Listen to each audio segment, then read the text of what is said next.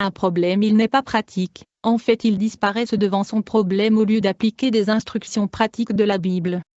Chantal m'avait dit que Lucifer fut créé 6000 ans avant les hommes, il est 7 fois puissant que des anges moyens, mais les anges sont 7 fois plus puissants que les sirènes, qui sont 7 fois plus puissantes que les hommes. Dieu accorde parfois au diable l'accès à son trône. Lucifer est un grand et puissant chérubin aux ailes déployées. Quand il était au ciel, il était censé compléter un programme dans le 7 montagnes qui représente le 7 connaissances, mais il n'a atteint que le 3e niveau, et puis il se rebella, quand il y eut insurrection et soulèvement au ciel. Dieu connaissait tout dès le départ, mais il a permis cette rébellion et révolte de suivre sa cour. Le diable a commencé cette insurrection et révolution avec Belzébul et Ataroth. Il fut rejoint par un autre ange supérieur puissant qui est adoré depuis l'Antiquité au nom de la Reine du Ciel. Cet ange est adoré dans toutes les civilisations, comme en Égypte au nom d'Isis, Iter dans le Moyen-Orient, ou Notre-Dame l'Immaculée Sainte Vierge dans la religion catholique.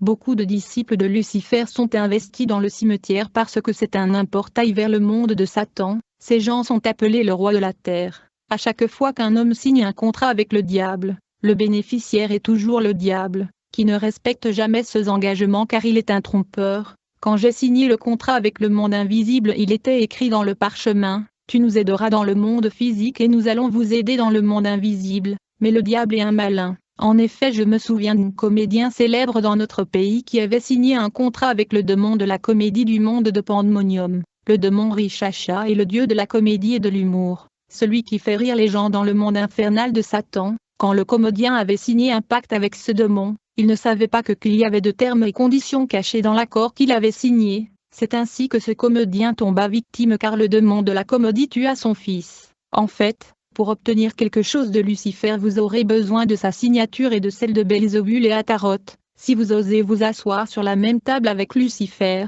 il vous convaincra sûrement que Dieu est un dictateur et qu'il a mal réagi, et que Dieu lui a traité injustement, après qu'il fut expulsé de sa patrie. Le diable avait promis à Dieu qu'il s'opposera à lui et il effacera son nom sur la terre. Il accuse souvent la Bible d'être un outil de propagande qui le discrédite. Il dit toujours qu'il a une mauvaise réputation à cause de la Bible. Mais à vrai dire le diable est un criminel et meurtrier. Ainsi après avoir été expulsé du ciel, Dieu a décrit la condamnation de Lucifer et ses anges, et leur sort fut scellé, qui est le lac de feu et de soufre. Mais Dieu a donné une courte période à Lucifer et ses anges d'opérer librement dans l'univers avant d'appliquer la sanction sur lui et ses anges.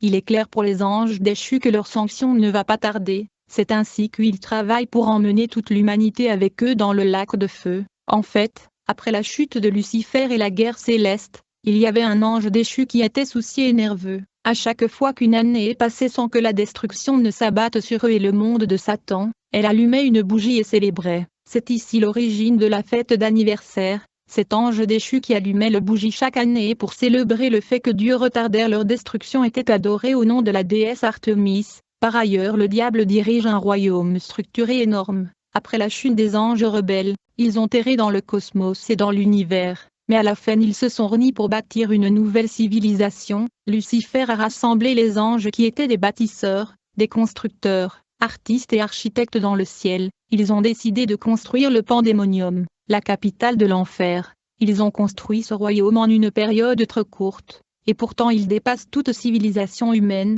Le royaume de Lucifer est dans les airs, sous la mer et sous la terre. Il a beaucoup de régions, comme le monde de Polium, le monde de Cro-Magnon, le monde Pestifera, le monde Tartare,